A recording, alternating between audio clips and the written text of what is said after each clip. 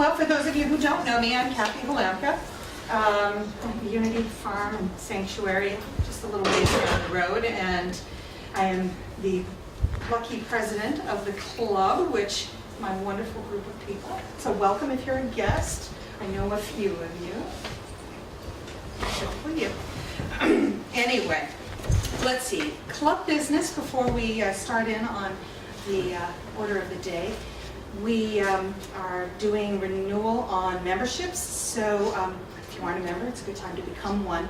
And we'll put more information in the next newsletter, but basically dues are due, and if you've got any changes to your email address, phone number, that sort of thing, please make sure that you get that information to either Helen. The money goes to Sally, so if you have your yearbook, you can find that address, or you can bring it to the next meeting.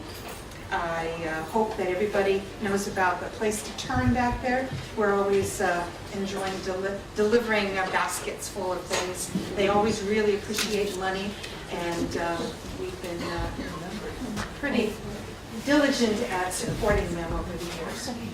So I have another goodie, which Alicia probably speak to enjoying last year. The club is a member of the Mass Court, and we get some tickets every year to the flower show, and one of these is also belongs to a member. So I have 3 of these. If there's anybody interested in going to the flower show, just come and let me know. If nobody here ends up taking them, I'll put them on next door like I did last year, and find like Alicia, who enjoyed it, right? Yeah, that's true. Thank you. And let's see, any other business? Ann Becca Breedy and I are going to be on the nominating committee this year, so be expecting a call and do not answer. Call waiting, because we want to make this very efficient. So thank you, and look forward to talking with you. These 2 make a really great team. That's why we brought them back, because they really did a great job. I was impressed. All righty. So any other business that, yes? Oh, okay, we could discuss that. I just want to put this out there. The board has been talking about this. The annual meeting potluck is usually in May. It's May 1st, if I remember correctly, and we've been talking about shifting it around to the 8th or the 15th, which is complicated because there's book club and everything else that interferes. But something that we actually might take more seriously is switching the Roger Williams greenhouse trip in June and have our annual meeting in June this year. So I would love to hear some feedback, so you're welcome to call me or email me. Let me know if there's some ideas on that, and I'm going to talk further with the board on that. So just to put that out there for the members. We have a wonderful annual meeting. It's a potluck. Okay. So without further ado, I'm going to introduce my friend, Ed Szymanski. And we didn't bring Marion today, but she is very much involved in all of the homesteading and gardening. I'm going to point out these, which I brought today, in case anybody needs these. That's my hat that I wear from the Bee Club, too. So he can talk to me a little bit more about those. So he's going to be presenting today about pollinator plants and gardening here in the eastern area. You know, you see a lot of ads and things like that for plant for pollinators, but where you live really matters, what you plant, and in many cases he's going to be talking about things that are better for certain pollinators than other things. Lots of nectar, lots of pollen, things that do well. Length of season, I'm always planting things for the end of the year because that's when my bees look very sad. So you're going to see pictures of his homestead, which is amazing. Lots of beautiful beehives, incredible plants. He does a lot of his own seeding and is always experimenting with adding on new plants. So without any further ado, Ed, take it away. So that was part of my introduction. Sorry. No, that's okay. So, like Kathy said, my wife and I usually do this presentation together. but she's a teacher and she doesn't get a lot of time, it's hard for her to get time off a lot too. So sometimes I do it by myself. So we're beekeepers, first off, I guess, and we're homesteaders and gardeners.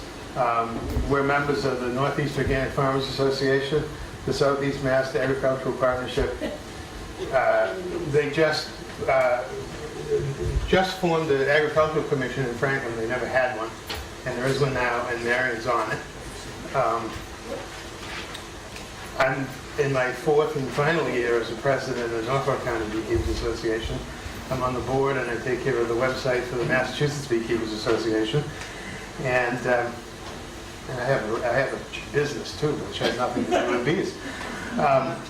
We live on just over an acre of land in Franklin, full of fruit, vegetables, flowers, and you know when you go by my house because it's the one that doesn't have any front lawn. And when I say we have no lawn, we have no lawn whatsoever. And I'm thankful that we live in a town that allows that sort of thing, because sometimes you can't get away with that. I have fruit trees and berries, raspberries and blackberries and everything in my front yard, and all around the rest of my house too. And we have chickens, and we do a lot of planting of flowers for the bees. And we've done a lot of work trying to find out which ones they like best, because you read books and all, and they say, oh, this is a great bee plant. People go plant them and the bees don't touch it, So we're doing it by experimentation, really. So this is my yard, where this is the house, the extension to my house, and the road is up this way. I have two greenhouses, one attached to my house and one right here, where I grow greens and lettuce all winter, and we do a lot of seed starting there. Marion last year started. So you need to either stand away so we can get the picture. Okay. Okay? Is that better? Okay. Sorry.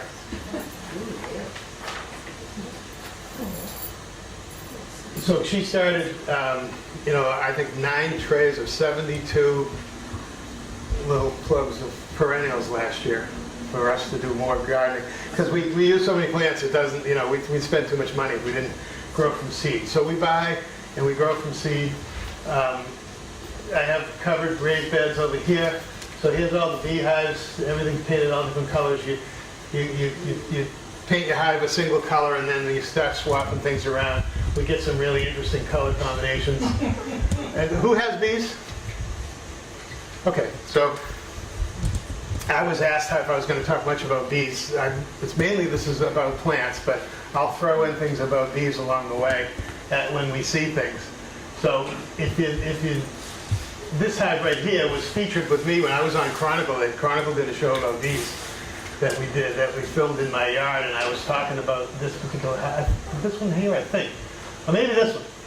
So the way it is that the bees live in these wooden boxes where there are wooden frames that they build honeycomb, called honeycomb, but it's wax comb. And in the bottom 2 boxes here is where the bees actually live. The queen lays eggs in there. They store pollen and honey in there for their own use. And then these extra boxes, the smaller boxes on top, are the ones that we collect honey in for our own use. And you see this hive here actually had 4 boxes on it. That was 2 years ago. And this hive here produced 100 pounds of honey for us alone. And this year that we actually ended up, we produced 200 pounds of honey from the yard here. So most of these hives have bees in them, some don't. You always have to have equipment ready for when you split your bees up. When they get overpopulated, you can raise new hives. And there's a lot of work in keeping bees, but I love it and I wouldn't have it any other way. So I used to do a lot of photography, and then I stopped, and bees got me back into photography. So 95% of the pictures that you'll see are pictures that I took of my bees on my flowers. Some of them I took at the Tower Hill Gardens in Boylston. We're members of Tower Hill there too, and we go up and see what plants the bees are on so that we know what to get. And then there's a couple of things that I found online, but very, very few. So there's a lot of talk about honeybees' health, and somebody asked me if I was going to mention the colony collapse, the thing that you hear called colony collapse disorder, where bees are dying. Everywhere I go, people find out I'm a beekeeper and they ask me what's going on with the bees and so on. There's a number of different things that are involved here, in that it's very difficult to keep bees, to actually keep them. And in Massachusetts, the loss rate is around 45% through the winter. And we're working very hard on doing that. There are three factors, what I call the big three of the health of honeybees, which are nutrition, what they have available to eat. You know, the more shopping centers, condo complexes with parking lots and all that we put up, the less natural plants there are for the bees to live off them. We have pesticides, or I just say environmental contamination, you know, pesticides, herbicides, things like that that are being used that are harmful to the bees. If they don't kill the bees outright, at least they weaken them, they weaken their immune systems. And then the bees have their own natural diseases that we have to deal with too.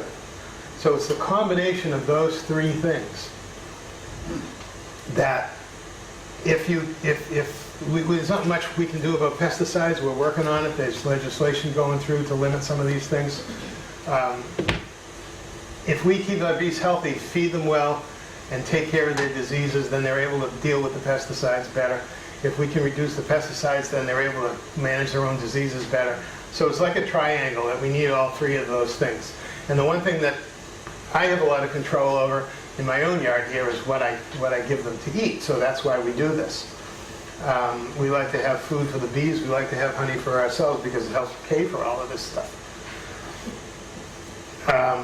So bees and flowers have a really special relationship because bees need what the flowers have for food. The pollen is actually protein. There are amino acids in pollen that the bees need to live, and actually especially to raise the young bees. And they also need carbohydrates. They need sugar. They get nectar from the plants and they make honey out of it. And they bring pollen back to the hives to feed themselves and to feed their young.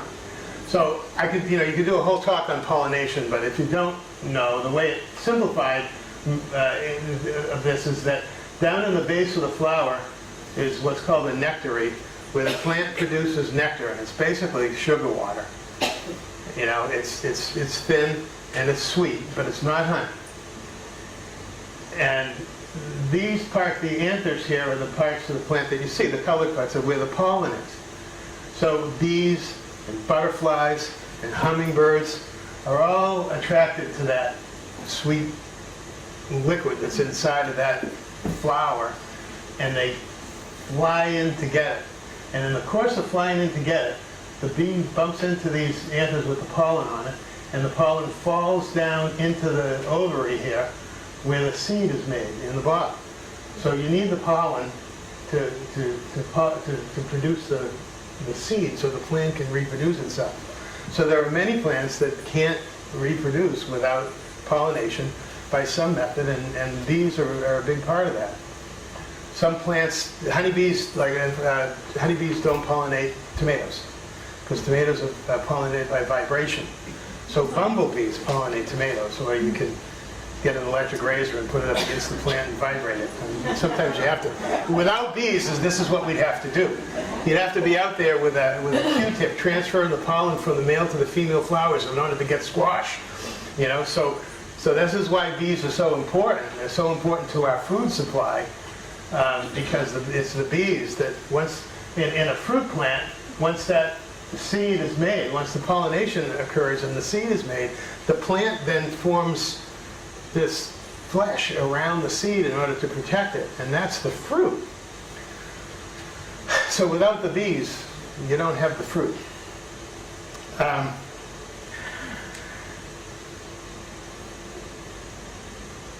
So this is a St. John's wort flower, and what you have here is a bee who, she is sticking this right here, what's called her proboscis, which is like, it's more like a straw than a tongue. sticks into the flower to literally suck the nectar out of the flower into what's called a honey stomach. She's not eating it. She's just storing it. She brings it back to the hive. But what's happened here is that as she comes into contact with all of the anthers on this plant, she's covered with pollen. You can see all this yellow pollen stuck all over the bee. Some of that pollen gets transferred into the female parts of the plant for the plant to reproduce, and some of it ends up going back to the hive with the bee.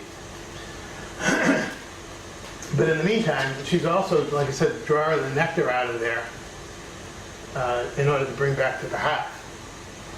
Now you notice, how do I know that that's a she?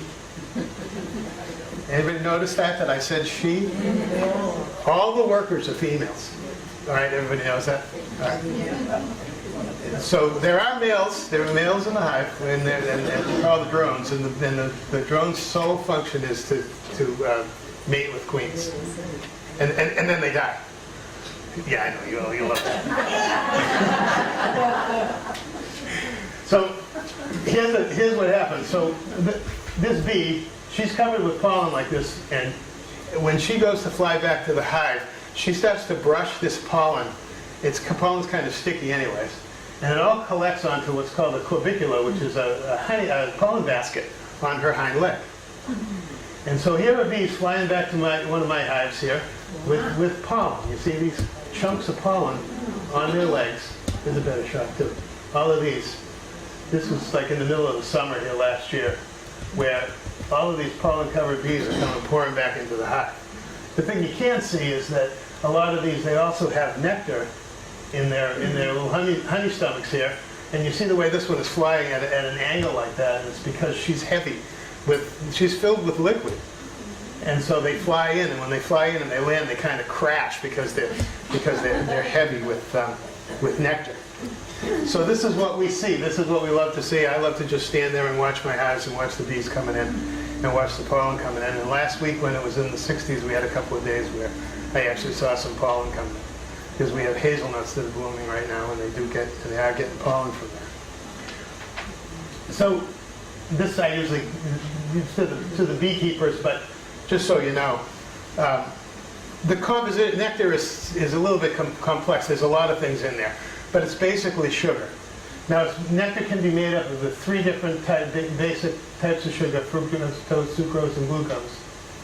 And bees, and so different flowers have different makeup of nectar, of sugars in their nectar. And for some reason, bees like the bees like nectar the best, which is equal amounts of the three sugars. So your legumes are the ones that mainly have that. So alfalfa and clovers. Bees love clover. You know, everybody hopefully is going to let their clover grow in their lawn and not mow it or kill it. And you'll find honeybees and bumblebees too, because that's nectar that they really like. Black locust trees, I know they're invasive, but bees love black locust trees for the same reason. They're legumes, and they also provide nitrogen to the soil, so they're really good to have. And a partridge pea is a plant that we discovered. Now, brassicas, your kales and broccolis and those sorts of things, have no sucrose at all in their nectar. And so bees will go to them, but they don't prefer them. They prefer the ones that have the olive. So when a bee takes this nectar and back to the hive, before she deposits it into the honeycomb, she adds an enzyme that she carries in her body called invertase. If you ever heard the term invert sugar, inverting sugar is a chemical reaction that takes place. And then she spits that nectar into the combs, the cells in the honeycomb. And it just sits there and it dries. It's got too much water in it right now. And as the water leaves the nectar, it gets thicker and thicker. And when it's less than 18% water, it's now honey. That's how it works. Now, What are brassicas? Broccoli, mustard, kale, that family. So now, and if you ever bought honey, people who have collected honey know it, but people who buy honey notice this sometimes too, that the honey solidifies in the jar. And people will say to me, oh, the honey went bad. Well, it didn't. It just crystallized. The more glucose that's in the nectar that is made out of, the more likely it is for the honey to crystallize. There's nothing wrong with it. And all you have to do, and you got to be careful about heating honey because you take away some of its good properties if you do. But you can put the jar of honey in a bowl of warm water and it'll liquefy again. But there's nothing wrong with it. And that's why. So if anybody ever says to you, oh look, the honey crystallized, now you can say, well, that's because there was a lot of glucose in it. So here's an example of, we did this a couple of years ago. I planted this. This is sweet yellow clover on a pathway going from my driveway to the house. And it really wasn't a good idea because when the clover gets wet, it falls over into the walkway. But there's a mock orange here, which is blooming, and the clover is blooming at the same time. The bees were all over this clover, and they didn't touch that mock orange at all. And that's because of that sugar content. What we learn by having a lot of different plants growing is that they truly do prefer some plants over others. But as soon as they've exhausted this clover here, if the mock orange is still blooming, they'll go over to it. So that's why it's important to have a lot of different types. I go off, I think. So bees see differently than we do. They're drawn to bright colors. What they see is almost like an ultraviolet type of a picture. They see colors that they see them in different ways. So they really notice the most are bright blues and purples, yellows, whites, and they like a lot of contrast. So poppies, which we'll get to too, but the bees love poppies, as you can see. This poppy is a very light purple color, and the bees wouldn't really see that at all. So what the plant does by design here, in order to attract the bees in, this flower has these dark areas right here, which are basically like a sign saying, eat here. So the bees notice the contrast between the light and the dark colors, and they know exactly where to go. As you see, I got 4 honeybees on this poppy. Poppies provide only pollen, not nectar. But the bees really love these breadseed poppies. What the bees really like is they need the reproductive parts here to be accessible. You know, they have them easy to get to. So these echinacea is one of their favorites, you know, coneflowers, because they've got these nice flat petals that they can land on, and they can climb right up on here, and the nectar is secreted in the center here, and as they go in and get the nectar, they transfer the pollen and all to it. So this is the design of flowers that bees really like. So the way the petals are arranged around the center of the flower is called the corolla. Now, there are other flowers, like this is a grape hyacinth, and we grow a lot of these. There's a nice spring bulb for them. I pulled one of now you see the pollen that she's got collected on her basket there already, but she's got her nose inside the flower. I pulled one of these flowers off and just tore it open, and it's got some nice sweet sticky nectar inside. So a lot of this pollen is contained in these nectar is contained in these cups. And this bee will she'll just go from one to the other. Her proboscis is long enough to reach down into this flower. So that's a good plant too, for the bees. A raspberry, so this is the first bee picture I took. This is what started it all. I was out with my camera, and I took this picture of this bee on this raspberry flower, and then it was all over. So the raspberry, the nectar is here in the center, and both the anthers and the stamen and the female part there, which is escaping me, is they're all on these long pieces sticking out, and there's 50 of them. So as she lands here, and she's trying to get in here to get the nectar out of, she's transferring that pollen from one part to the other. And so a raspberry makes many, many seeds. And when a raspberry is well pollinated, that's what you get. These are these perfect raspberries. If you get some of them they're smaller and they're like more bulbous, that's why. It's insufficient pollination that does that. And by having bees, we get lots of really great. I'll get a bowl of raspberries like this every day, all summer. Will be over. So that tells you good pollination. Same thing happens like with your squash and zucchini. If you get the fruit starts to form, and then it kind of dries up, shrivels up before it actually gets very big, that's mainly because it's insufficiently pollinated. Now, there are other flowers. This is one that I got online because I didn't have any, because I don't have any red clover. The red clover, the petals here are in a tube shape, and the nectar is way down here at the bottom. And a lot of honeybees can't reach the nectar in there. So honeybees don't really, they like white clover, they like yellow clover, they don't really like red clover. Hummingbirds, on the other hand, love red clover, so it's still worth having. But that's what happens.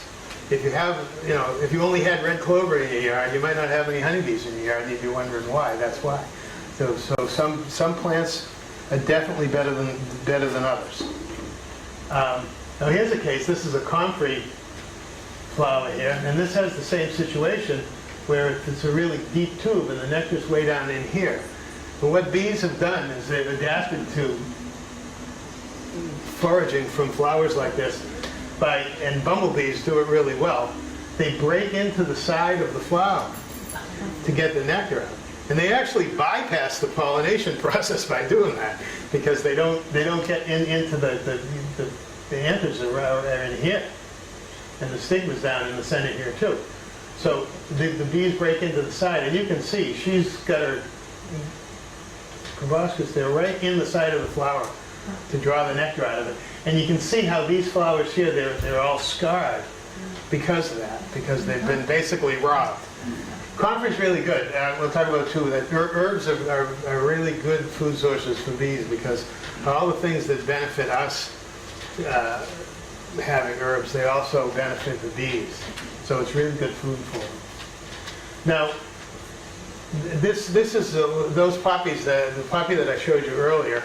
When we planted them, some of them come as double flowers like this. So dahlias, zinnias, poppies, there's many different types of plants that have both single and double varieties. And the double varieties are prettier to most people. They're showier. But what's happened here is, and I watched her, she tried so hard to find a way into the center of this flower, and she just couldn't do it.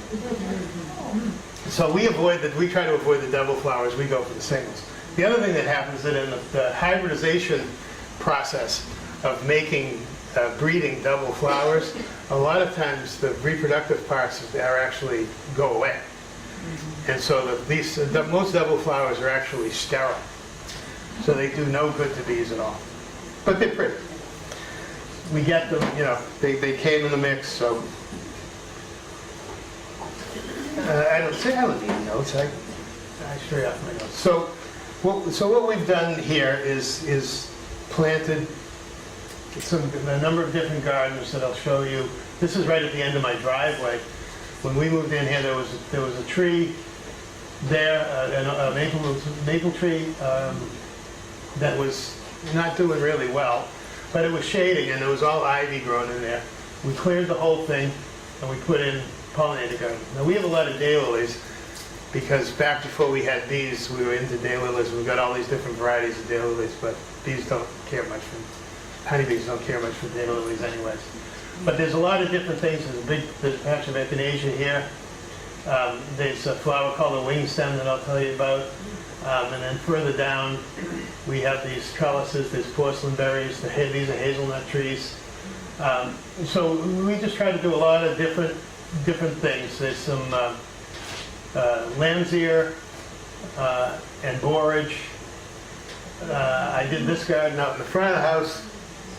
Last year we had a tree taken down that it started to fall on the house. and created a whole new full sun area. This is a blue-eyed daisies that bees like, and a number of different varieties of echinacea, which I'm really into now, and some Russian sage. So this is what you want to do. The thing you want to do is to plant large areas of the same flower. Bees basically have to learn, for each flower, they learn how to get the pollen and the nectar out of it every time they visit it. So what they want to be able to do is go in, the hive sends out a scout, and the scout goes in, finds a nice big patch of flowers like that, goes back to the hive, and this could be a whole nother story about how they do this, but they actually communicate to the other bees where this patch of flowers is located, and the bees all go together. So what they want to be able to do is to work a large area of the same flower at once. And they'll go to all of these flowers before they start on these over here. So what you don't want to do is just plant single flowers all over the place. You want to have some variety, of course, but so you want to do is plant clumps of the same thing together. You know what I mean? So the number that they use is 10 square feet, which is, it's just like 3 feet by 3 feet, pretty small patch. You can take a big garden, divide it up into 10 square foot squares, and plant a different variety in every one of them, and they'll have all sorts of good food for a long time. Let's see, we've got more. These are my vegetable gardens. I build a lot of raised beds in my time because we have a lot of rocky soil, so here's some squash, cucumbers on that trellis over there, a bunch of tomatoes there. And that's a little deck on the side, and we grow a lot of herbs in pots along the side here. We've got a lot of sedum growing over here, which is a really good fall plant. There's calendula here, there's the poppies. So we just keep finding places to put flower beds, and we're running out. If I had known I was going to do this, I would have bought a lot more land, but it's too late now. We've been in this place for 20 years, and I'm too old to move. And then here's another pollinator garden I put in the side. We got black-eyed Susans, there's Veronica, echinaceas there.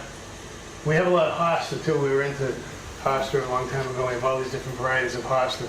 And bees actually do get pollen from the hosta, and it's something that's a good bee plant that you can grow in shade. You know, hostas love shade, and so that's a really good thing that you can do, actually, to feed them in shady areas. Wildflower mixes are great too. This actually this was at Tower Hill. But you see, you know, there's a mixture in there, but there are a lot of sections of the same flower. So this works for these too. You can buy these mixes, a lot of the seed companies, Johnny's and Seed Savers and all, they sell these pollinator mixes. There's one called Bee Feed, which is really good. And it's just a variety of different wildflowers you can plant in a patch. You went to American Meadow last year, did you, or? I didn't go to American Meadow. There's a few Northeast mixes. Right. Ernst is a company that you can buy large quantities of seed mixes like that if you're going to do a large area, or if you convince your town to let you plant wildflowers in open spaces that aren't being used for anything else, or around the solar panel farms. Really good. Just throw wildflower seeds around. Feed some bees. So this is so we have sunflowers in here too. I took this. This is now framed up on my wall because my wife loved this picture. She put this little birdhouse up there. So this is what we want. What we want to be able to do here is to provide the bees with a variety of different flowers, both at the same time and all through the year. In other words, at any given moment, you want to have a number of different varieties of flowers so that if they exhaust one or one patch of flowers isn't ready, they can go to another one. And then as we go through the year, you want them to be able to have an assortment too. We have really from March, we'll have some bulbs coming out in March, all the way to November, if you have the right flowers, where you can actually provide some food to the bees. Because now they need to live the rest of that time, they need to live through the winter on the food that they have stored in their hive. So if we can take that 8-month period and have food for that entire time, that really goes a long way to helping them have food to get through the winter. So this is an example here so here's what a frame of comb looks like inside the hive, if you've never seen that. You can see this black background here, which is actually a plastic foundation. It's a piece of plastic that has honeycomb shape embossed on it, and the bees then build up the cells out of wax, which they make in their bodies. And this one happens to have been used for both, where all of these brown things here are comb that has honeybee larvae inside. The queen lays eggs and it grows into a larvae. Well, it's actually a pupa. Grows into a larvae, and then as it is 6 days in, the bees cap that cell off with wax. So it's like a cocoon. The bee grows the rest of the way. And for a worker, at 21 days,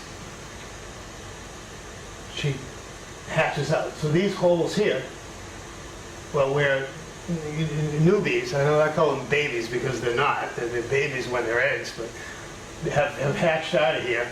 And the queen will come back and lay eggs in those cells and use them again.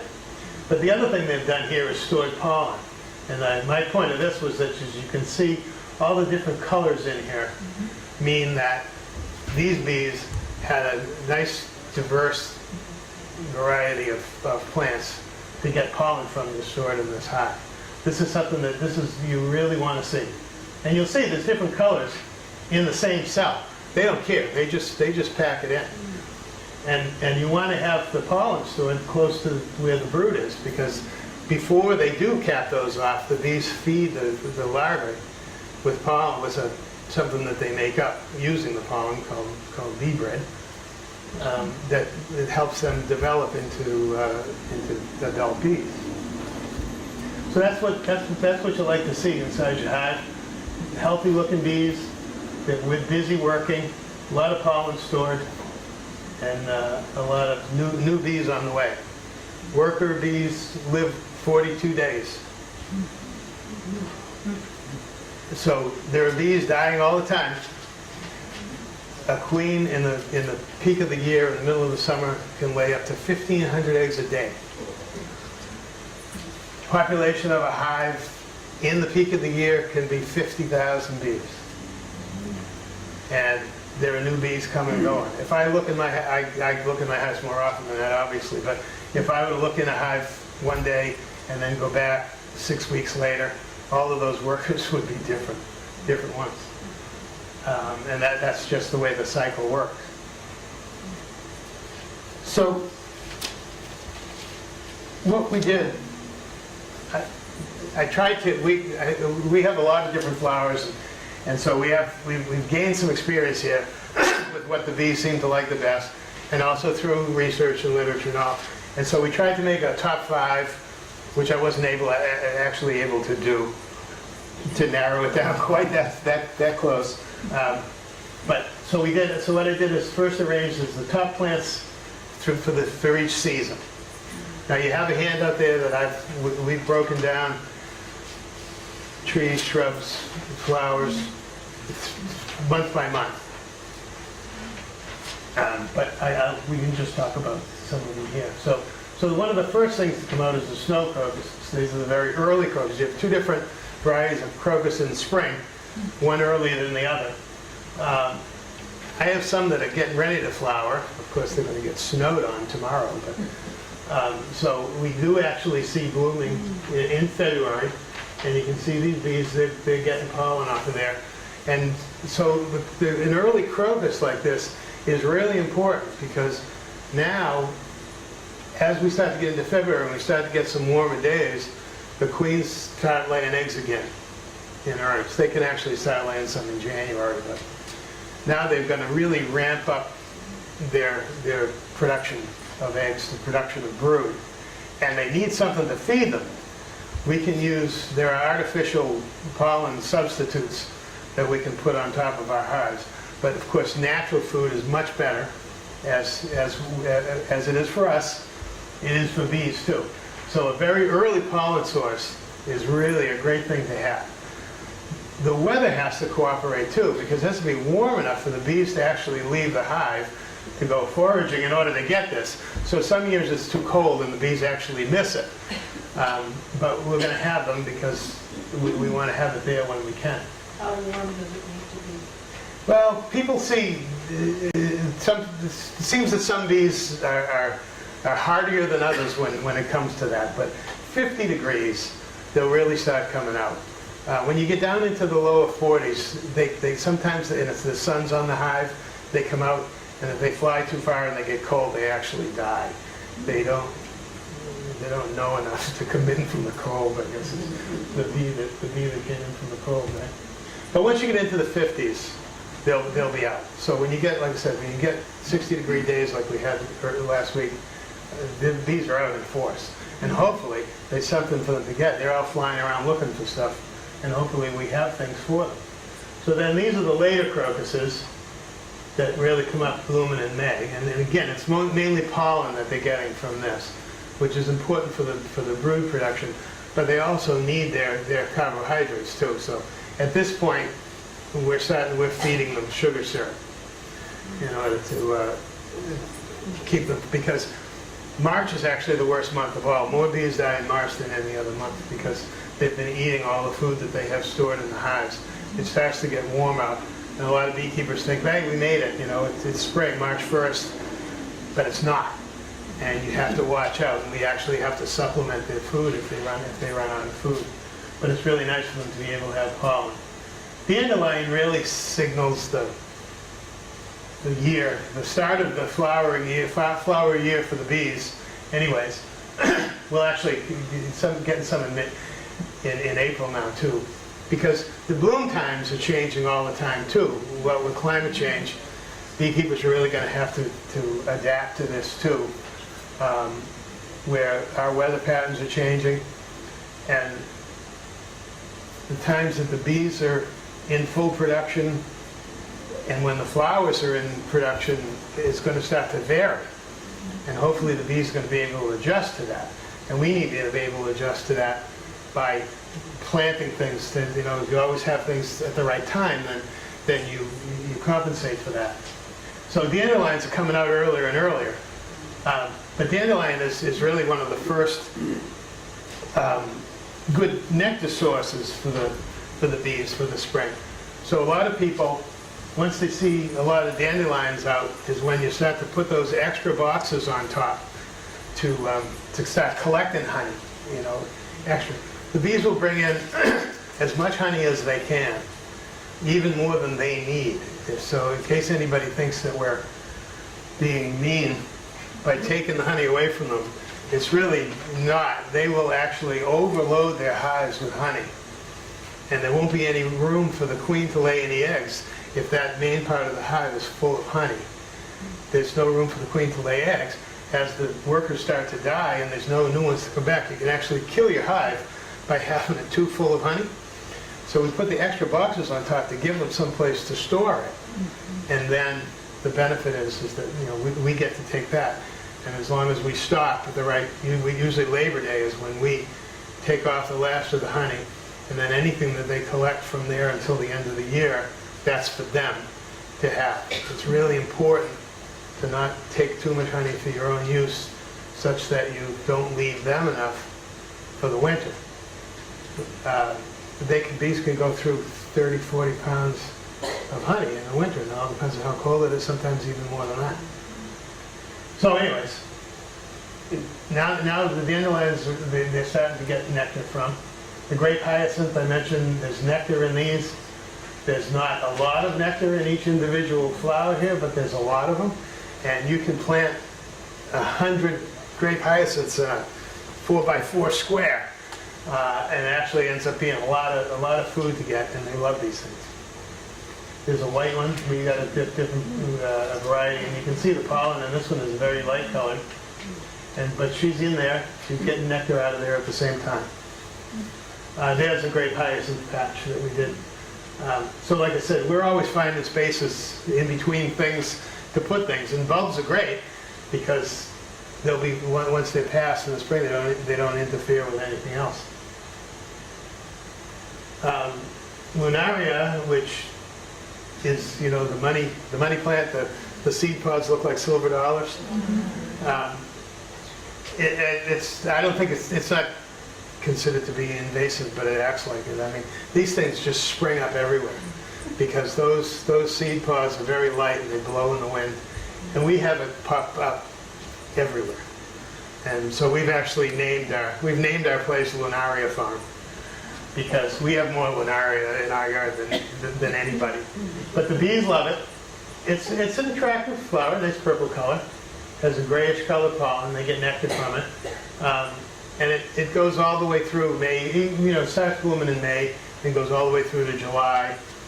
And I think that our bees get a lot of food from that. The nectar, anthers, and stigma are easily accessible.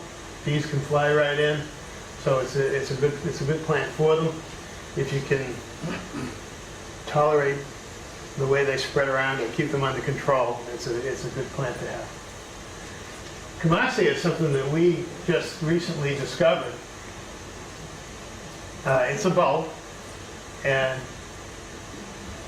we tried some, and the bees go crazy over this. They're about 3 feet tall and just covered with flowers like this, and you can see the pollen is just all so easily accessible to them out here. And you see they just grab them, you can just watch them and they're just going crazy, gathering up pollen, going from one to one, and she's got a ton of pollen on her right there. So that's mostly pollen. It's a good spring pollen source. Is there a common name for that bulb? I don't know it from its Latin. Indian something. Camaslu. Indian something. Camaslu. Camas lily is, yes, whoever said that is right. There's another name that's like some of a hyacinth, even though it's not a hyacinth, but there's a name that's related to that. But Camas lily is actually what it is. We just now call, we know it by Camasia, but. And then milkweed. There are a lot of different varieties of milkweed. This is a common milkweed here, but there's a showy milkweed. There's a butterfly milkweed, which is actually orange. They're good-looking plants. Honeybees love them, as you can see. But the other thing is that this is the primary breeding ground for monarch butterflies. The milkweed has a compound in it that kills the monarch's predators. So milkweed tends to spring up all over the place and people pull it out, but we don't. So milkweed's a really good thing to have. We have a lot of milkweed around our yard, and we have monarchs. A lot of people talk about monarchs having disappeared. We have a lot of different butterflies, but I'm always really happy to see monarchs, and we have them every year, so we're keeping them. And as you see that, I got 1, 2, 3, 4 bees just right there. An interesting thing about milkweed is that, so the other thing you notice when you do a lot of observation, and so I have my own business and I have an office at my house, and I go out, I do computer repair. So I go out to people's houses and businesses, I come back home to work at home. So I'm always walking through, so I always take a minute to watch what the bees are doing, go and grab my camera and take pictures and all. I'm able to do that. And so you go out in the morning and you see bees are on certain things in the morning. Well, the bees aren't on the milkweeds. And it turns out that the milkweeds do most of their nectar secretion late in the day. So 3, 4 o'clock in the afternoon, the bees are all over the milkweeds. But if you only look in the morning, you'd say, oh, the bees don't like my milkweeds. And other plants, they'll produce like buckwheat. About 9 o'clock in the morning, the buckwheat's covered with bees. But by noon, there's no bees on it. But they'll do it again tomorrow. So now for summertime, so like I said, I talk about honeybees, we talk about planting for honeybees, but all pollinators are welcome in our yard. So we have a lot of butterfly bushes. That's a pretty spangled fritillary. So buckwheat, as I mentioned, buckwheat's a good cover crop, but it turns out to be a really good bee plant. There's a lot of nectar in the buckwheat. You can plant a lot of plants in a small area. Bees are all over it. I mean, I can't tell you, I called Marion one morning when I was out at a patch of buckwheat that we had planted for the first time, and I said, you're going to see this, because it was crazy. And I could see them flying up over the house, you know, because you notice flight patterns sometimes, but there were so many bees coming, we could actually see them coming over the house, coming down to the plants, going back to the hives again. Now, buckwheat honey has a unique taste, it's a very strong flavor, and a lot of people don't like it. But if we had an acre of buckwheat, all the honey that we gathered out of the hive would have come from the buckwheat, where we can't, the way we're growing things, we can't specify what's what. You know, all of our honey is just wild, what's called wildflower honey, because it's a mixture of all the different plants. So I do notice that when we have buckwheat bloom, the honey's a little bit darker, and I like the stronger flavored honey anyways. So buckwheat's not something that people plant, you know, as an ornamental, but beekeepers love buckwheat. And like I said, the yellow clover is tall, you know, 3 feet high. We've got pollen that she's got there on that one. And like I said, the clover has that mixture of sugars that they really like. So you want to draw bees to your yard, plant some clover. There's that patch again, like I said, that it was a mistake to put there, but I fed a lot of bees that year. White clover springs up everywhere in your grass. If you do have grass, you probably have clover in it. Keep it. Bees love white clover too. You know, May, June, July. The pollen's like a grayish color, but they get a lot of nectar from that too. You'll see in the stores, you'll see clover honey. People that have large patches of just clover can say that honey is from clover. You plant a big field of clover, you'll get, you know, many, many pounds of honey from it. There's some more patch of clover. I think I got that one online too when I didn't have any clover blooming on my own. And like I said, red clover, not a big honeybee favorite because the flowers are too deep. Bumblebees, hummingbirds like that too, so, you know, it's worth having. Catnip, we sort of recently discovered too, and found out that bees love the catnip. It starts blooming in May. It spreads, lots of flowers, and after it's exhausted, which you can tell because the flowers go from a blue to more of a purple sort of color when the bees have foraged them, you can just take some shears and cut the flowers off and they come back. So we have catnip going, you know, I said May, June, but we can have catnip blooming all the way through September, especially if you deadhead it like that. You cut just the top of the blooms, or? Yeah, just the top of the blooms. You get, you know, because you get the way that grows is with these long stems, and the foliage is down below. So it's right at the foliage level, and they come back again.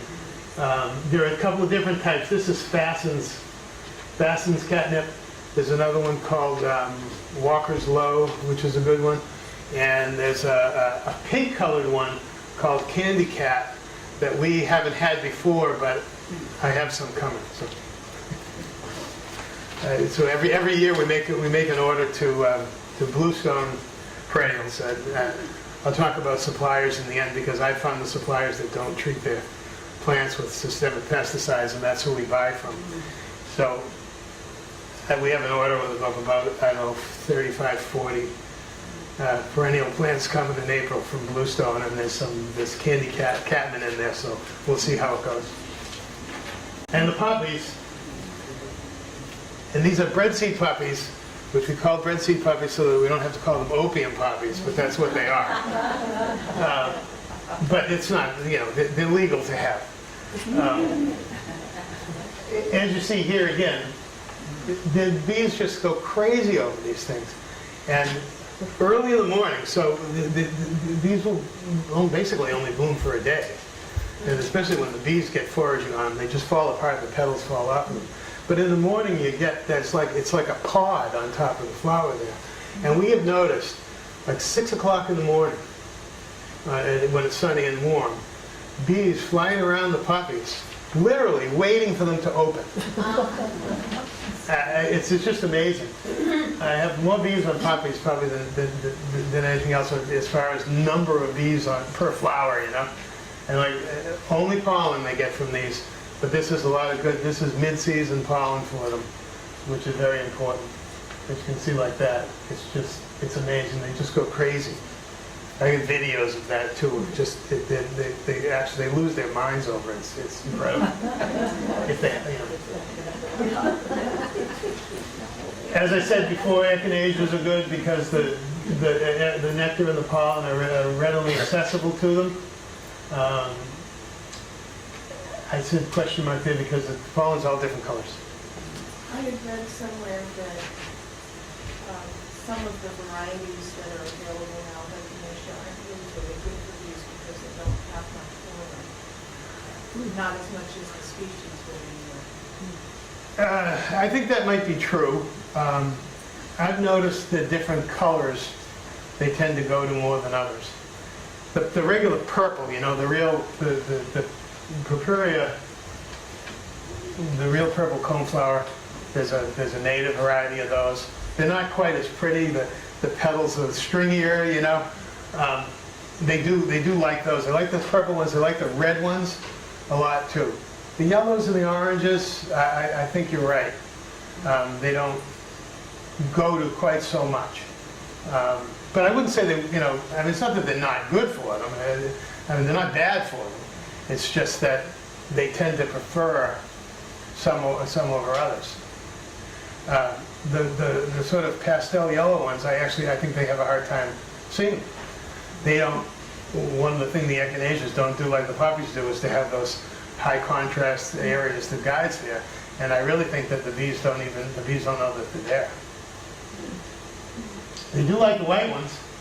And here we have a little skipper and honeybee sharing. The mountain mint we discovered a few years ago, and mountain mint is in the mint family. It's not the type of mint that you eat. I mean, you can definitely smell mint in the flowers. There's a couple of different types of mountain mint. They grow, I don't know, 2 to 3 feet tall. For late summer, it's just amazing. We planted a couple of patches next to the house and next to the walkway where that leads around to my office. And I've had people come in, like people come to pick their computers up and say, I don't know what's going on out there, but you know, you've got all of these bees. You've got bees going crazy outside your door. And I say, yeah, that's okay. You know, so we don't have to really worry about the bees being close to the house or being close to people because honeybees, when they're out foraging, they won't sting you. The honeybee only wants to sting you when you threaten its home, you know. So I'll come out with people when the bees are on the mountain, they're right on the side of the house, and I'll just put my finger out and they climb on my finger and everything else because this is their job at this point. Honeybees have different jobs through their lives. When the bee first emerges out of her cell, her job is to clean up the cells that the bees came out of to get them ready for the queen to lay eggs again. And then after a few days, they become nurse bees, which they feed the other larvae, the other young bees. And so they have all these different jobs. Then there's the phase where they become guards of the hive. They stay in, but when people, animals, bees from other hives come to the hives themselves is when they go out and attack and sting you. And then the last job they have is actually foraging, collecting pollen and nectar to bring back to the hive, and then they die. The other reason a honeybee only wants to sting you if she only wants to sting you if she really has to is because the honeybee dies after she stings you. The honeybee leaves the stinger in you, and she will die. Unlike a yellow jacket who can sting you 20 times over and over again. So they just do it just for fun. But the honeybees will really only sting to protect the hive. And so the mountain mints are really is an attraction for people who come. But there's a lot of nectar that they get from that too. Here's a patch right there. And you can see, this is right up next to my house. Bees there, and they just go crazy. And bumblebees love it too. So we have these little pollinator parties when these things are blooming. It's just amazing. Now clethra, a sweet pepper bush, grows better in wet areas. You'll see it down along water. But in a lot of parts of Massachusetts, especially southeast, down the Bristol County way as you get down towards the Cape or whatever, this is a major source of honey for the bees and the beekeepers. We have a lot of it. There's basically two varieties. One is this pink that I forget what its common name is. The other one is one called Vanilla Sky, which is a really white one. The bees don't care. They like them both. Ruby spice. Ruby spice, that's correct. But it's a good plant. The bees like it. It tends to get out of control. You've got to keep it trimmed. But major late summer nectar source for the bees. So now we go into fall. Cosmos are great too. Cosmos annuals, but they go, it's not even on the list here, but I just used it for the picture. Cosmos will go to November if the weather's right. It's a good pollen source for them in the late season. But what I found is the bees' #1 favorite in the fall these days is sedum. Now sedum, a lot of different varieties. There's a low-growing ground cover type. There are sedums that grow 2 feet. Autumn Joy is #1 for the bees. The bees love the Autumn Joy. It's a darker purple flower. There's another one called Autumn Charm, which is a lighter color. This one here I think is called Brilliant, which is a very light pink color. But like I said, there's some ground cover ones too. Bees love them all equally, but like I said, the Autumn Joy seems to be the real favorite. Asters, again, asters are great too. Asters are a great nectar source for late in the year. Large patches of asters covered with bees, and the varieties there are a number of different varieties within the class of which is called New England asters, Nova only, that they seem to like better than anything else. But then there are different colors within there, purples and pinks, and they also go till November too if the weather cooperates. There's on the purple. I actually took this inside we were walking somewhere and saw this patch of asters that had honeybees on it. I started taking pictures. So a wing stem, which is a verbicina, I didn't know anything about this. A couple of years ago, we went to visit a friend of ours who's a bee supplier out in Western Mass. And he has this, we saw this growing in his yard, and there were bees all over it. Asked him what it was. The wing stems, they grow about 4 feet tall. Nice yellow flowers, attractive to bees. They tend to spread, so you either keep them under control, or if you don't care if they spread like us, and they start, patches of wing stems pop up all over the place, from the birds dropping the seeds too. And then there's goldenrod. Now, a lot of different varieties of goldenrod. Goldenrod was always like the bee's staple, for the fall.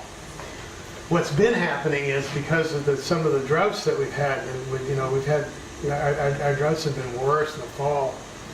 2 years ago, we had a drought all year. Last year, it was wet early and then it was dry later. And the goldenrods haven't been producing the nectar because of that. I'm hoping that things will be better this year. We have some large patches of goldenrod. Good pollen that they get from it too. But also, it is a good nectar source. And goldenrod honey is very distinctive flavor too. It's dark, it's thick, and it's strong tasting. Some people like it, some people don't. I have friends who love my fall honey, because it's so flavorful like that.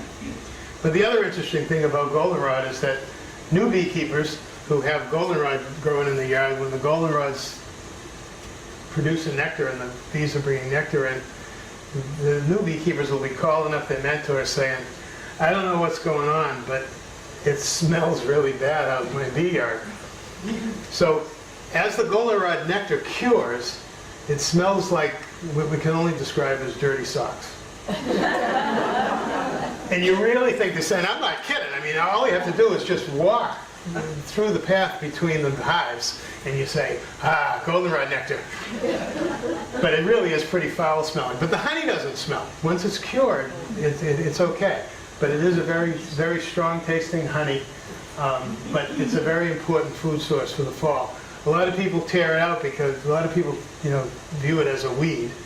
And the other bad rap the goldenrod has is that people think that this is what is killing you allergy-wise in the fall, and it's really not. It's ragweed. And a lot of people don't know the difference between goldenrod and ragweed.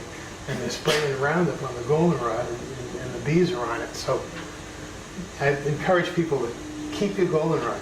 Pull out your the bees actually get pollen from ragweed too, but it's not a key source like goldenrod is. Do you grow the goldenrod in your garden?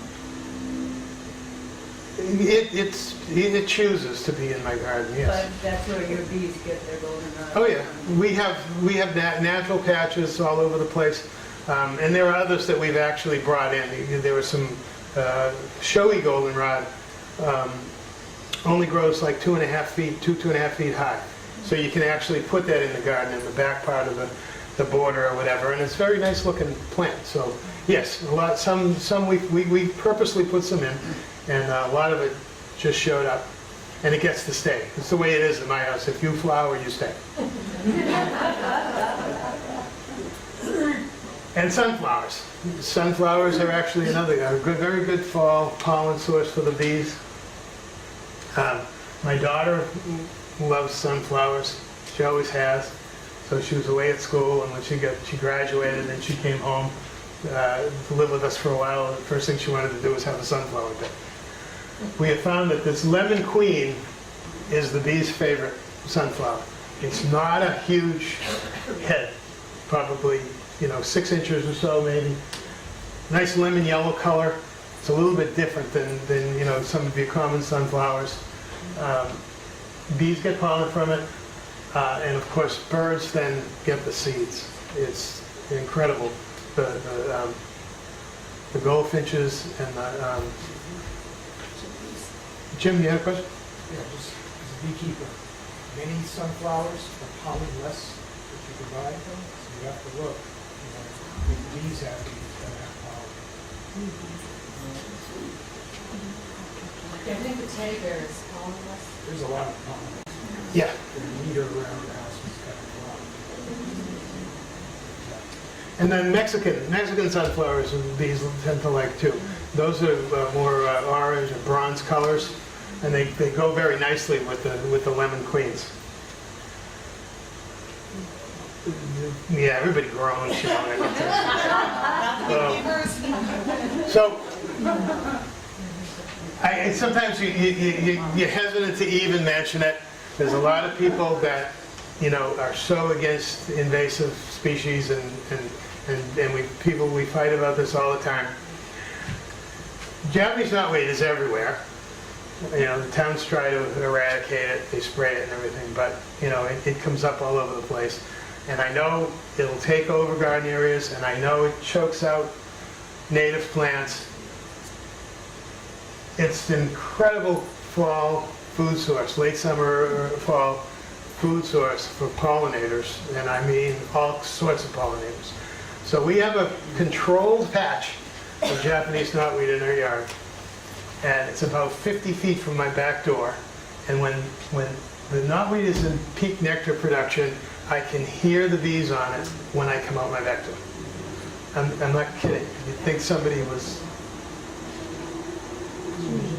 clipping the hedges or whatever from the buzz, So I understand you don't want to let it run wild. Look at all of those flowers, Yeah. So here's what we do.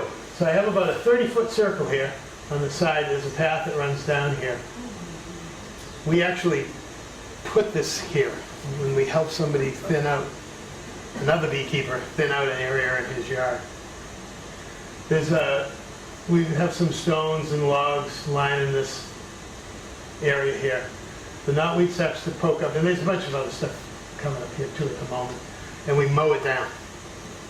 So every time knotweed stalks start to come up through, they get mowed down, and we have been able to contain it for 5 years to this circle. And I think that if you do things like that, it's okay, because it's not hurting anybody else.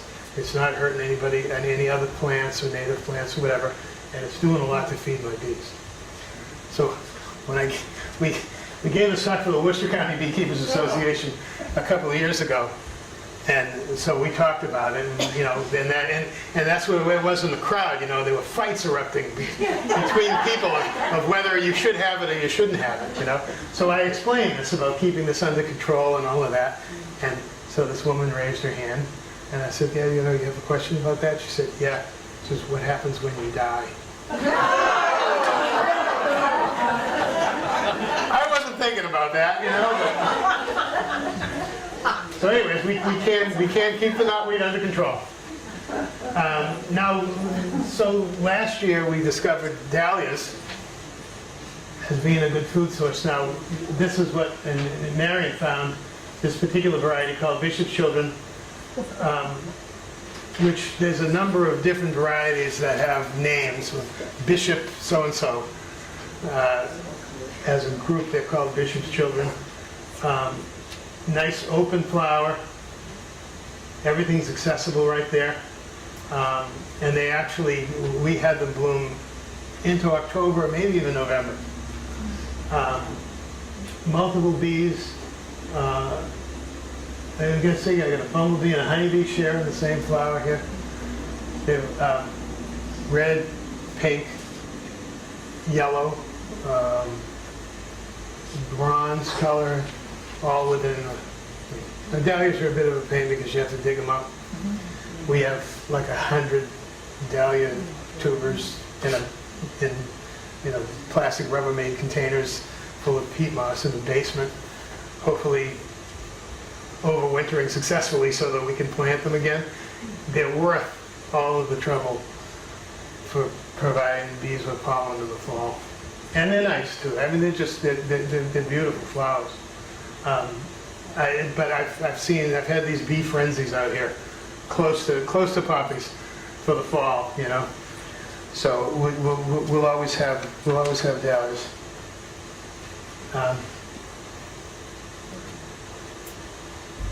I got time, right? Yeah, you do. You So- have a rapt audience. Well, okay. So there's a lot of other things that we grow, and this is what. Sorry, I had a doctor's appointment. Oh, I hate doing this. we don't Let's see. expect everybody to become beekeepers. As I say to the new beekeepers every year at our bee school that it's not easy. It's a lot of work, and if you're not going to put the work into it, then you shouldn't really do it. But if you want to do something to help bees, this is what you can do. Planting to help the bees and not using chemicals are the two things that everybody can do to help bees. So I grouped some things here by types of plants to have. And herbs are very important. I think that all of the beneficial qualities that herbs have for us, they also have for bees. Now, there are treatments that you use for one of the biggest problems we have, beekeepers have, or bees have, is a mite called a varroa mite that invade your hives, and they can kill your bees. We can't get rid of them. They were brought into this country from bees that were imported from South America by way of China, and they got into this country, and now we can't get rid of them. And it's a big problem, and it's one of the beekeepers' major obstacles here. So there are chemical treatments that are kind of nasty things to kill the mites, and there are a lot of natural treatments, we tend to prefer the natural ones. And one of the natural treatments is actually thymol, which is an oil that's extracted from the thyme plant. So I have to think that the pollen and the nectar from these thyme plants has the same beneficial chemicals in it that the bees will take back to the hive and sort of be a natural defense against the mites when they bring it back. Thyme grows like crazy. So we have thyme growing as ground cover. We have thyme in herb gardens that we actually, harvest and dry to use for herbs. But otherwise we have thyme growing along the edges of pathways, along the fronts of beds, spilling out over the walls. It's great stuff. It smells good when it's out there anyways. And bees love thyme. And I really do think that it's that it's good for them. There's some more of the patch thyme. There's butterflies in the middle of that, and honeybees. And so I have more things than I have slides for. Oregano. Bees also love oregano. We're going to try a couple of different varieties of oreganos this year that are coming. And basil. They love basil, and especially Thai basil. I don't know why. So we grow this Thai basil in pots on our deck on the side there. And the nice purple flowers. And one of the things that you learn when you grow basil is you pinch the flower heads off, right? Not in my house. So I understand that the plant will die sooner when it starts to get cold, when they get through flowering. But we get plenty of leaves from the basil plants for our own use, and the bees love the flowers, and so that's the way we work together at my house. Lemon balm is another one. We have lemon balm growing as ground cover around our yard.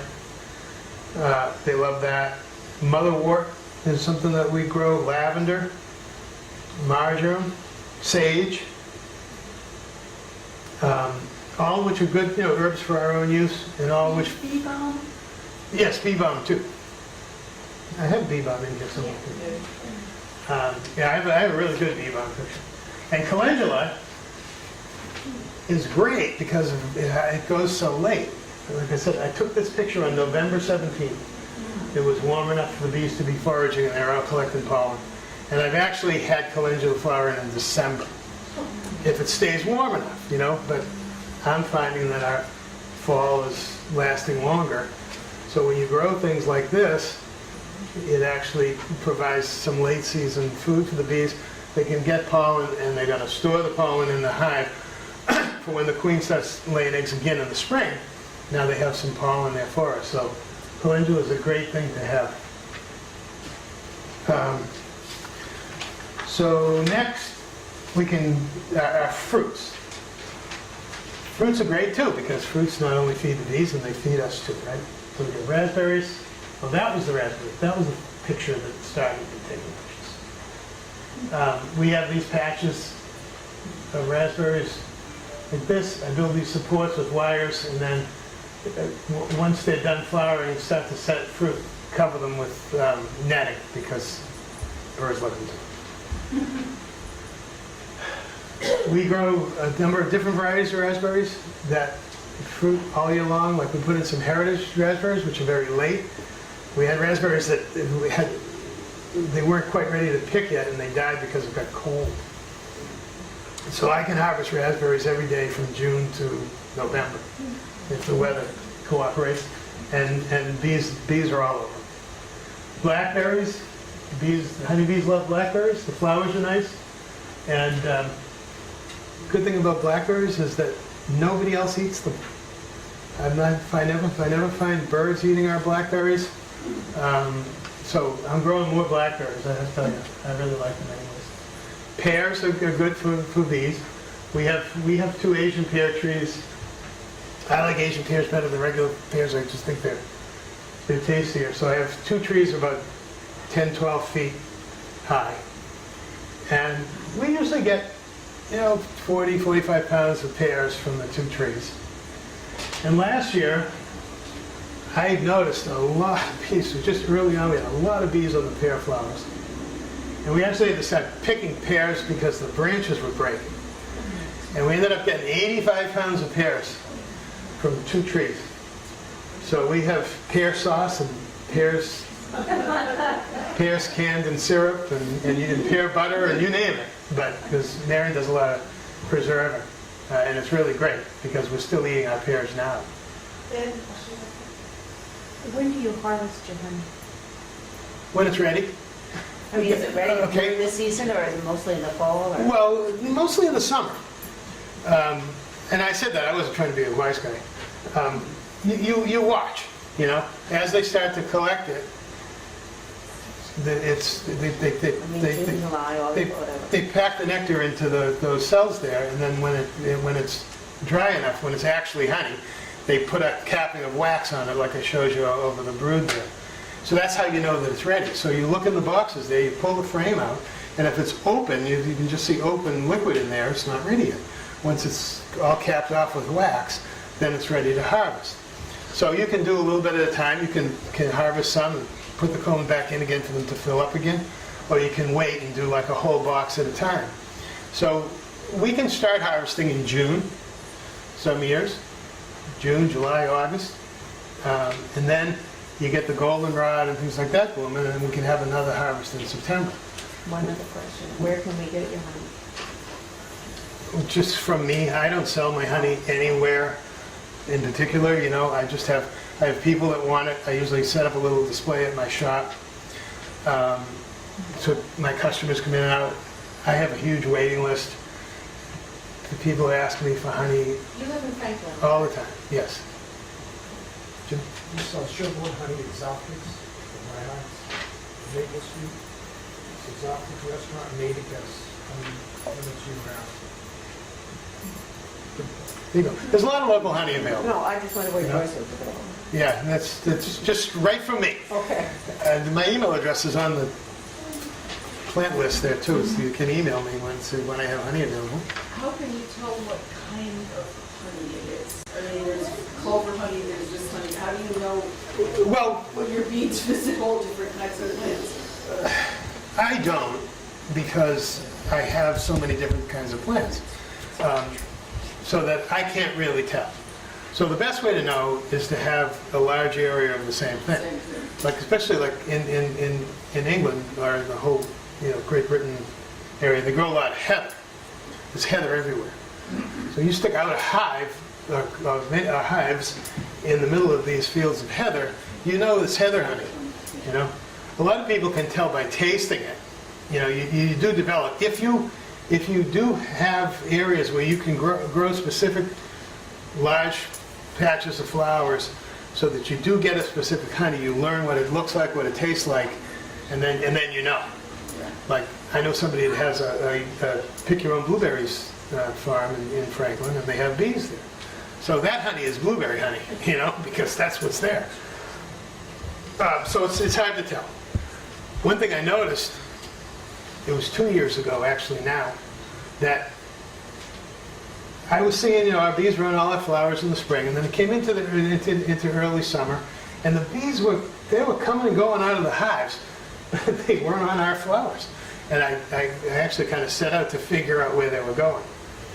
So at the same time, we noticed that later than that summer, when we were extracting honey, you bring all those frames of comb in the house and to do the extraction, we were smelling mint, like a mint flavor, but the mint wasn't actually blooming yet.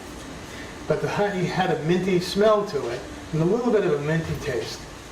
So through my research, I found out that about less than a half mile as the bee flies from us, there's a athletic club with a big parking lot, and they planted linden trees all through the parking lot. And I went over there and found linden trees covered with bees. They were probably mine. And it turns out that linden honey has a minty taste. So now I knew where that. I knew we had linden honey in our honey supers because we got that minty smell. But that's all. People learn. There are people that can tell one type of honey from the other just by tasting it. You can certainly tell goldenrod honey. The honey from the Japanese knotweed looks like motor oil. Really, it's very, very dark. But it's very tasty. The early spring honeys are very light colored. They're lighter in consistency too, thinner, and they're lighter tasting. And a lot of people like that better, you know. So a lot of people hate buckwheat honey. You know, they just don't like it. So the fruit, the honeys from the fruit trees tend to be a little bit lighter in color and a little bit lighter tasting. Peaches, we have a couple of peach trees. As you see, she's flying right in there. And we also grow, which I don't have pictures a lot of, we grow currants, red and white currants. You can't get black currants in this country anymore, or at least in this state. Gooseberries we grow. People don't even know what gooseberries are, but gooseberries are great. Bees love them too. Blueberries, the bees don't really prefer blueberries, but if you have them, they'll go there. And cherries too. So we have a couple of different varieties of cherries. Bees love them. Unfortunately, winter moths do too.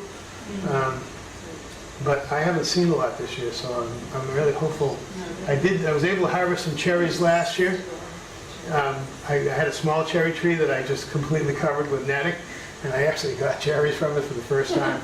But with the absence of winter moths this year, I'm really hoping that we're going to have good cherries this year, because the bees like them. The bees are on them.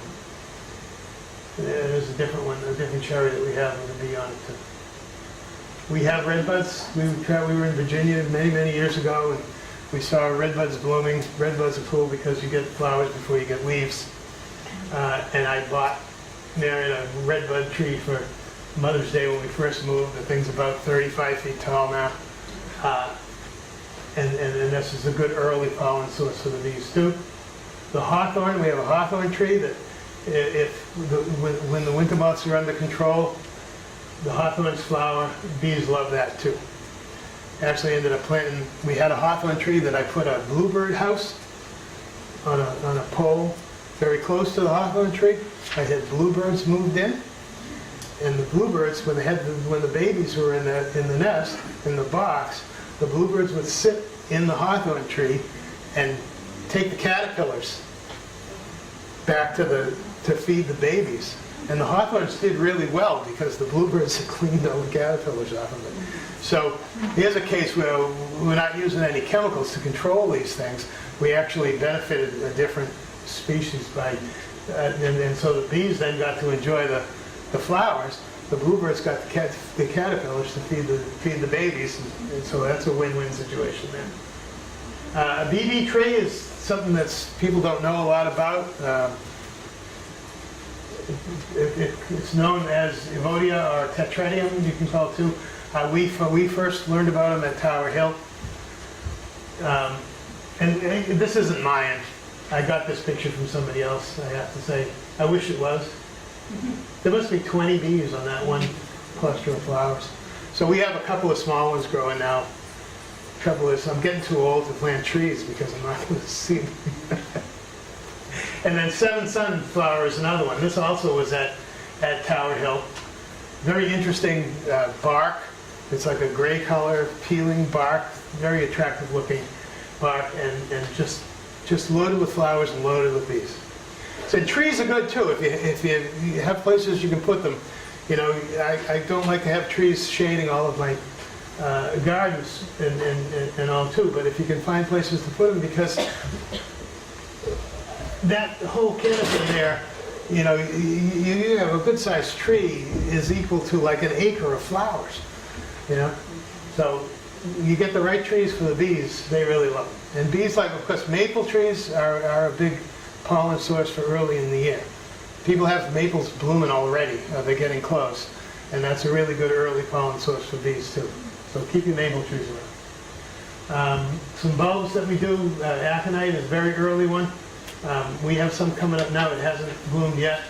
I've had bees on the aconite with snow in the ground. Siberian squill is a great one too because it's early. The bees like it, and you can see from this picture here, the pollen is blue, which is interesting. Freaks out the new beekeepers when they go in their hives and find blue stuff in their hives, but it's pollen. There are a couple. There's Glory of the Snow, Kyandoxa. This pollen is blue too. You can see she's got some blue pollen on there too. Another early one. Gill over the ground, which is some people would find to be a nuisance because it spreads. But it blooms for a long time and covered with bees. We grow it underneath all the berry plants. And bees love it. Lungwort is another good bee plant. I like that picture. Almonds, we can't grow almonds around here. We have an almond tree. It's getting there. It's not very big. Produced a couple of nuts last year. And they're nice looking flowers. And of course, almonds are a big thing in California for bees. But I did have I don't have hazelnuts. I never got a bee on a hazelnut flower yet. But we actually harvested a couple of pounds of hazelnuts from our hazelnuts last year for the first time because I put netting around the branches to keep the squirrels off of them. A Juga, bugleweed is another, ground coverish. People see as a nuisance, but bees like it too. Lilacs, bees tend to go to the lilacs when the flowers are almost past blooming. So when the lilac flowers are starting to look ugly is when the bees like them. I'm not sure why. We grow a lot of chives. Bees love chives. Sea kale is a brassica. It's like a perennial broccoli. Bees do like that, but they don't prefer it because of the sugar content. I have a big patch of garlic chive. Bees love garlic chives. I've never seen anything like it. It's like a bee bonanza. We just found that out.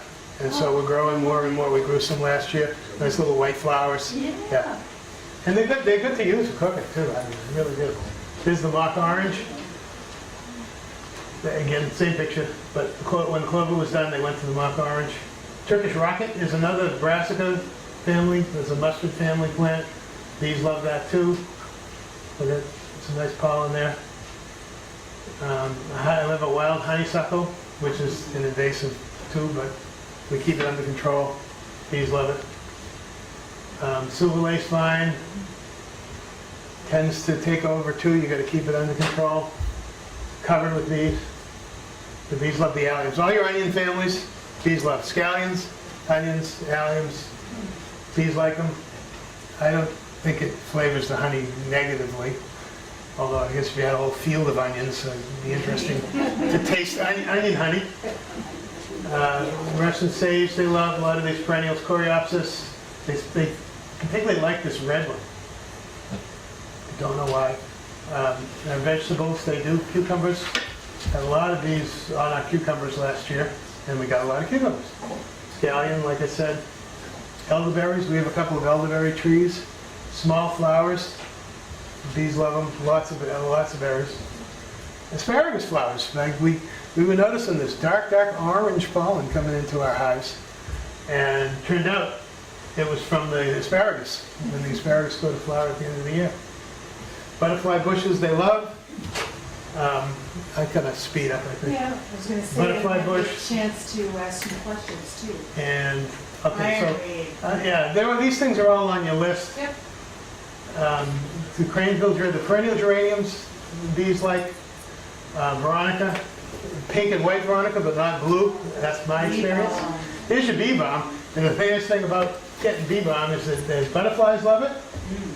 That picture actually ended up on a calendar from a photo contest where a group called Beyond Pesticides had a pollinator photo contest, and I entered it, and that picture was like May in the calendar.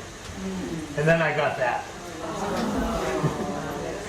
The hummingbird picture everybody wants to have. So bee balm, the flowers are a little deep for honeybees, but great for everybody else. Like I said, hostas, hydrangeums are great. Porcelain berry is another invasive that you keep under control.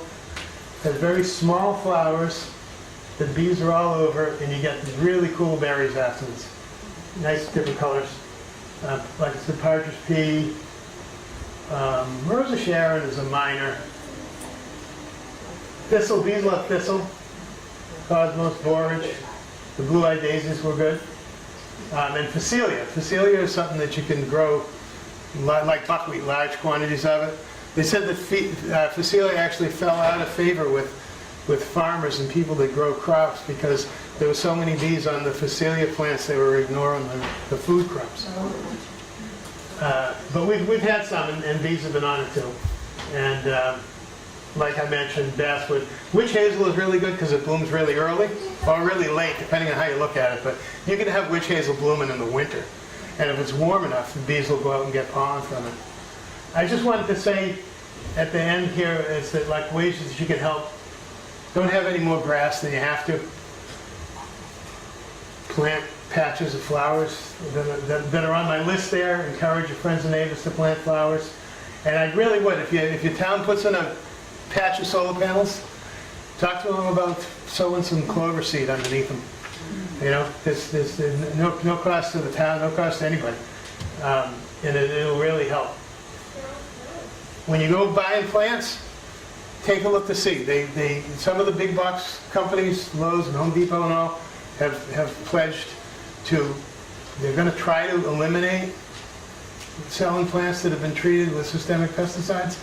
But what they've done so far now is to label the ones that have. And the thing about systemic pesticides, what everybody's probably heard the term neonicotinoids, right?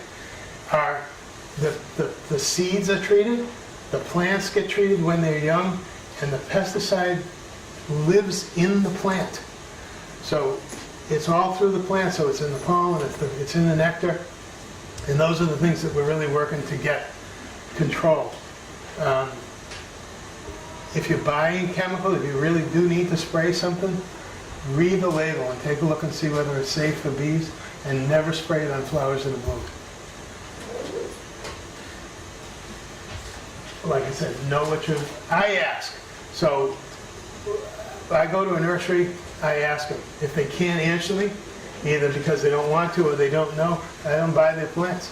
I've written to the suppliers to find out who uses chemicals and who doesn't, and that's who I buy my plants from. So the seeds, you've got, these suppliers have taken what's called the Safe Seed Pledge, where they promise to not treat their seeds or not buy seeds from anybody who treats seeds. So every year we put in an orders to every one of these companies. Seed Savers is great.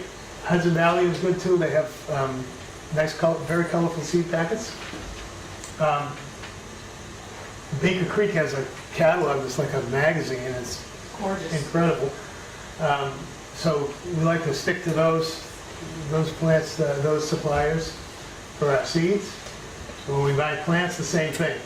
We discovered McClure and Zimmerman, we bought the Camasias from. But I have asked the owners of White Flower Farm, Bluestone, Roots and Rhizomes, those are all mail order suppliers. They all do not treat their plants with systemic pesticides, or any pesticides. They try to minimize use of any pesticides at all. Violet berries from Norse Farms, they're right out in Deerfield. Again, they don't treat Stock Brothers. And there are a lot of nurseries around that don't, but you have to ask.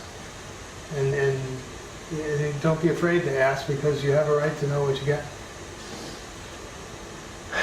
If you're interested in any books, number one here is Victory Gardens for Bees is the best bee plant book I've found, and I have them all. But this 100 Plants to Feed the Bees by Xerces Society is really great too. And you can look into Xerces Society. They're really kind of dedicated to protecting pollinators. When you look online, they have a lot of things about planting, what to plant, how to plant bee gardens. And that's all. Any questions? She's crossing her legs. Okay. I have a pretty serious bee allergy. Would it be safe for me to get a beehive, or would you not advise that? All right, so there's two different allergy issues, and it's different. People who are allergic to wasps, which pretty much everything but bumblebees and honeybees are wasps. Yellow jackets, hornets, all of those. I'm allergic to birds. Oh, that's unusual because not everybody is. The venom is completely different. I forget which it is, but wasp I venom. thought it was just honeybees, but I got stung by yellow jackets and just about. Wasp venom is either acidic or alkaline, and honeybee is the other, whatever that is. I actually had the case where after 9 years of having bees, last year we were in the fall. I was actually working on a house. Marion was planting some sedum in a new garden that we had. She was about 20 feet from one of the hives. And when you work around your bees or just stand there, you find out that you interfere with their flight paths sometimes. You know, bee leaves the hive, she's on a mission to go to some flowers, and she goes there. And if something gets in her way, she runs into it. If it happens to be you, she might sting, right? So she was planting, and she stood up, and a bee hit her in the face. And it hit her, and she, you know, so the bee kind of got scared and stung her. So she comes up to the house, she said, I just got stung under the eye, you know, and I said, oh, go put some ice on it. You know, get an ice pack or whatever, you know, that's a nasty place to get stung because you close your eye. She was in the house for a while, and so finally I went in, you know, and I said, is everything okay? She said, I need you to call 911. She had, her heart was racing, she was sweating, palms itchy, things like that. You usually have a reaction. I have EpiPen, because if you tell your doctor you're a beekeeper, they'll give you an EpiPen. But she said that the way her heart was racing, she didn't want me to give it to her yet. So I said, okay. So I called 911. So as we go outside, waiting for the ambulance, I got the cap off the EpiPen. I had it in my hand. I'm standing next to her. We're leaning up against the car. She didn't want to sit down, waiting for the ambulance. And I said, you start having trouble breathing, this thing's going in your leg, just so you know. The ambulance got there and it was fine. So they treated her there and then, you know, took her to the hospital. And it can happen. You can get stung for years and have all of a sudden have a reaction. If you get stung a lot, you might not. And I think I'm good because I get stung a lot. I don't even wear gloves when I go in the hive, so I get stung a lot. But I get stung and I don't care. I don't like getting stung in the face. But what she's done is she's actually gone through bee venom therapy. You go to an allergy doctor, and one of the nice things about it is it's considered to be preventative. Insurance pays for it 100%. She started going weekly, which was that, and they keep increasing the amount. Gone to 2 weeks, 4 weeks, and now she's on 6 weeks, and they declared her ready to get stung again. It's going to be a little dicey when she first goes out for the first time. She wears a suit that's a full body suit anyways. I just have a jacket with a veil. And like I said, sometimes I go looking in them without. And if I get stung in the face, it's my own fault because I wasn't wearing my veil. But I usually do a lot of the manipulation of the bees in the hive, and gloves don't, I feel like I don't have a really good grip.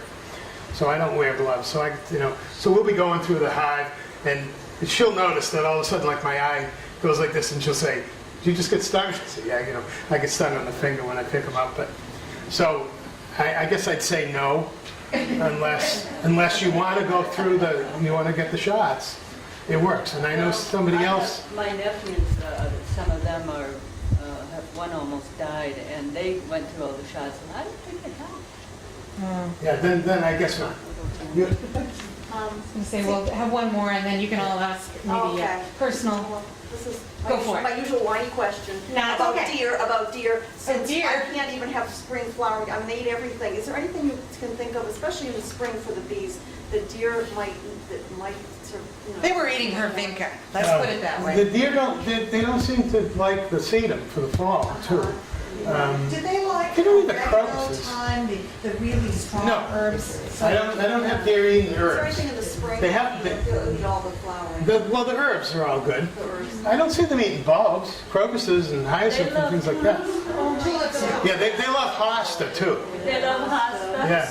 So we've been doing some fencing, deer fencing across the back of our yard. A lot of my beds have. I should have stock in the company that makes half-inch hardware cloth because I have it everywhere. Because if you use chicken wire, the chipmunks can get through the chicken wire. So hardware cloth, is like a metal mesh with it. So you get with the half-inch squares. And the deer don't seem to go into the beds that have the hardware cloth around them, even though it's not, 4 feet high. But for some reason, it seems to repel them. That's all I can say. I like wildlife as much as anybody else, but when you start to mess with my food, I get upset. Same with woodchuck. Thank you, All Ed. right. Like I said, Marion and my emails both are on that. Especially if you Sheet want more there. info about this, like the seed sources and Yeah, things. feel free If you missed it. to email.